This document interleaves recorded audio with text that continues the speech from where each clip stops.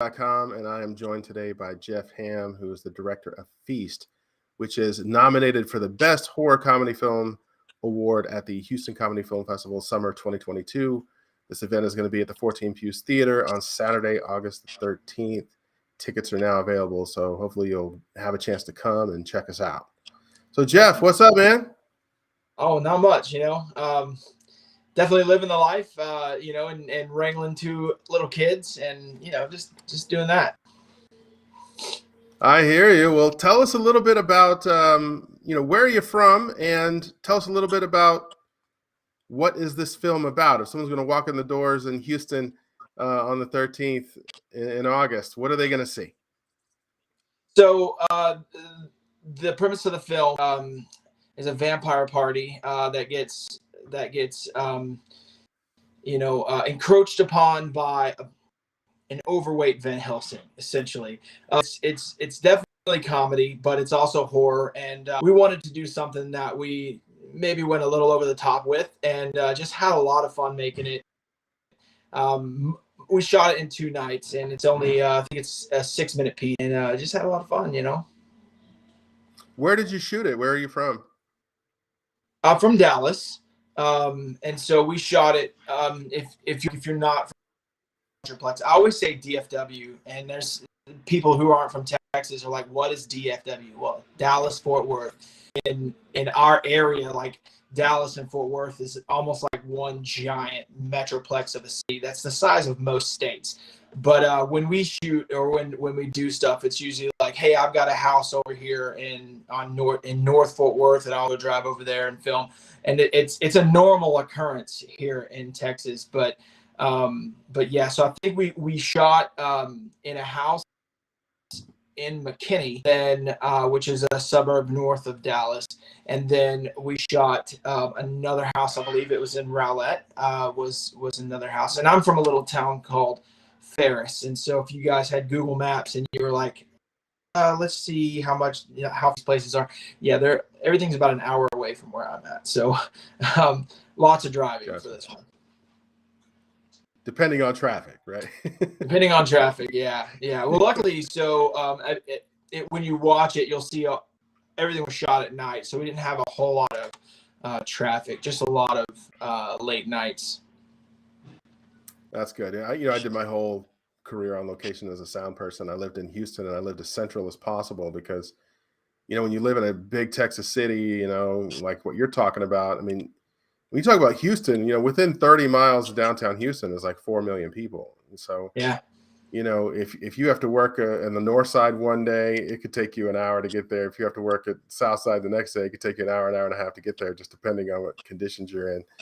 But so is Texas. We have opportunities here. We have lots of places to shoot, lots of talent to pull from. And I'm going to ask you about that. How did you pull your cast and crew together for this film?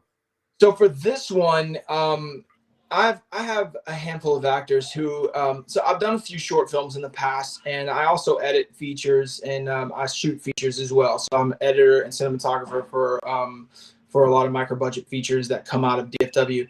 But I have a lot of actor friends that really wanted to work with me again, and so they pushed for me to do this competition here in North Texas. It's Texas Horror Cult. They put it on every single year for around the Halloween time, and so they really wanted to do something with me. Jason Vale jumped in as a writer, and he wrote the first film that I ever directed for the 168 Film Festival, and we ended up winning that. And so him and I just kind of developed a relationship, and we do a lot of stuff together. As far as like the actors, Jose Quinones is he's a very well-connected actor in the area and very well versed in comedy, which I really leaned on him for his comedic expertise. He is Dracula in the film, and yeah, so he did a fantastic job of pulling together the kid that you'll see in the film, and then Lon Oakley, who is just one of the other characters in there. Natalie was Dracula's bride. She was also producer on set, and I've known her more from like behind the scenes kind of stuff, but she's also acting, and so we pulled her in to do it. and Larry Van Helsing is. I've been working with Larry for a while now, and I enjoy working with him. He's fantastic. He really brings to life a lot of the characters that we shoot with him. And you can actually see a lot of the stuff that I've done with Larry on my YouTube channel. I have some of my short films posted there, and you'll see some of the same recurring characters time and time again.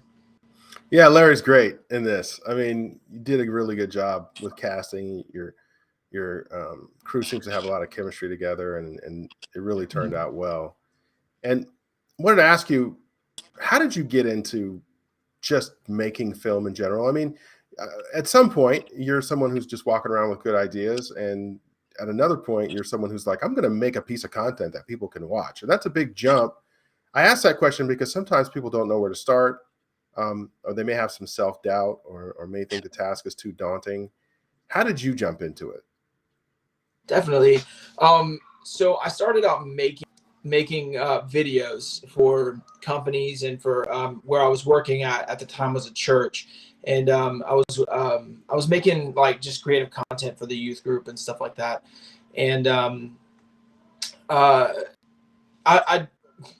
if you want to take it a step further back, I was actually a professional musician for several years, and making tour blog videos and things like that. And then coming off the road, getting to work in a youth department, and they saw that I had some skill in editing, and they were like, hey, make these silly videos. At the time, like the popular thing was Julian Smith on YouTube. If you've ever seen any of his just videos, we would watch them all the time on YouTube. And so we decided to make just like silly content and stuff. And I was doing headshots for an actor that actually went to church with me. Her name is Ann Byer.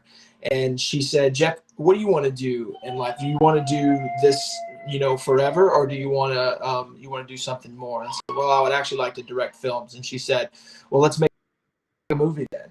And I did my first short film for the 1/6 edition called The River. It's a film competition based out of LA. And we ended up winning the whole thing, which is super cool. She was able to pull together an entire cast and crew. I knew nobody in the industry. And also, again, that's where I met Jason Bell, who wrote The River. Mark Blitch, who was a friend of mine even before that, I pulled him into the project as well. He co-wrote it with Jason Bell. So it was definitely a lot of learning, but that evolution of going from doing silly YouTube content to actually making films and having to work with cinematographers, sound, rather than doing it all myself and just a couple of guys who had no experience. We who had professional equipment and were doing this professionally. So it was definitely a fun evolution for sure.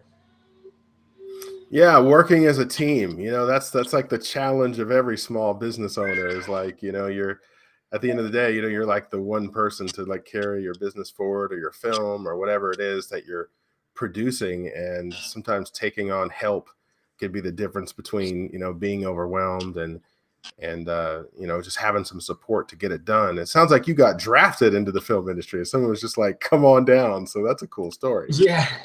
Yeah, it was definitely a blessing, that had believed in me and gave me an opportunity for sure. Man, that's great. Well, is there anything else you wanted to bring up? Like, let's say, what are you working on in the future? You got any projects on the burner? I mean, on the burner, I have several projects in the oven. As earlier, I do a lot of work in feature films as well, and a lot of work in VFX. And I'm doing some work right now for VFX I'm doing some VFX work for sci-fi being shot down in San Marcos right now. And so that should come out pretty soon. I've also got, we just finished a feature that will be in distribution soon called Andromeda. And that one, we had a lot of fun making that one. It's a sci-fi feature. You guy puts on a headset, is able to project himself across the universe. It's super, super cool. And then we just finished The Follower, which is available now on Amazon Prime. For all these, I either edited and shot or just edited or just did VFX, you know, but I was definitely involved in, you know, a huge chunk of it.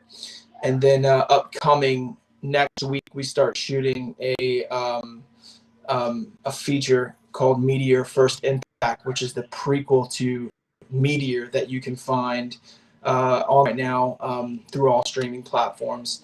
And following that, we shoot another feature towards the end of the summer called, we don't have a title for it, but it's the sequel to Bull Shark. And Bull Shark was my first feature that I ever was the cinematographer on, and also edited and also did the VFX. So it was like a huge workload, especially if you think about like shark VFX are very hard to find good ones, and so there's not a whole lot to. It was a huge learning curve for that one, but it's definitely one of ITN's most successful movies, which is the distribution company that we've done a lot of work with in the past, and it's one of their most successful movies, which is why he wanted a sequel for it. And we're excited to be able to put that one together. It's going to be a lot of fun, a lot of shooting in the water, which makes me extremely nervous around my camera equipment, but it's fun to be able to tell those kind of stories. I was going to ask you, it sounds like, first of all, kudos, man, you're working nonstop. So Yeah. that's dedication. And second of all, what are you an owner operator? Do you just own one camera, or you have a whole, you got your own grip truck? Like what's your deal? Yeah, so I am an owner operator. I do have a shoot on red Komodo, which I find if you're doing VFX, the global shutter on a red Komodo just can't be beat. You know, eventually I'll upgrade or add a second camera or whatever, but for right now, I mean, you know, 6K and you can get red format. It's such a win-win for a lot of low budget features.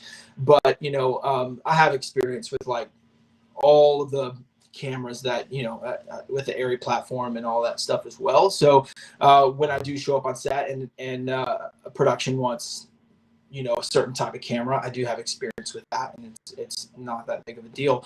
I don't have all the lighting equipment, so a lot of times I do have some, but for like a lot of these low budgets, you know, we'll bring on a gaffer and they'll bring their lighting to the table, which is nice. For Feast, if we wanted to get back to that, one of my favorite things that we shot with were, and you'll see like almost 90% of the lighting is the aperture puck lights that look like tiny little credit cards, and we just threw out the house, and they were bright enough to light the entire subject, and those are the coolest little lights that I've ever used on set. Man, that's brilliant. Well, it's Yeah. great to hear you talk shop, man, and hear about how you're just working out with all these independent filmmakers and bringing, you know, making people's dreams happen and creating content. It's really exciting stuff.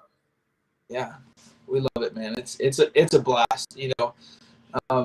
I mean, there's a lot of people who kind of shy away from the low budget stuff.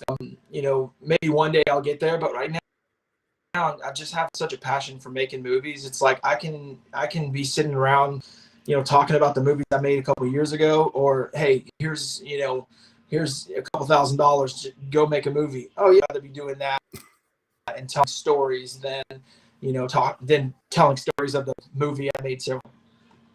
Sure. Wow. All right, good stuff, man. Is there anything else you want to add before we get out of here?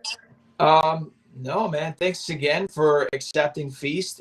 We're excited to be a part of the film festival this year, and hopefully we'll be able to submit several more in the future. Yeah, we're looking forward to it, and it's a great film. We really, you know, the judges just loved it. The horror comedy genre is definitely something that, you know, at first when we started it, we're like, are we really going to get submissions for this? You know?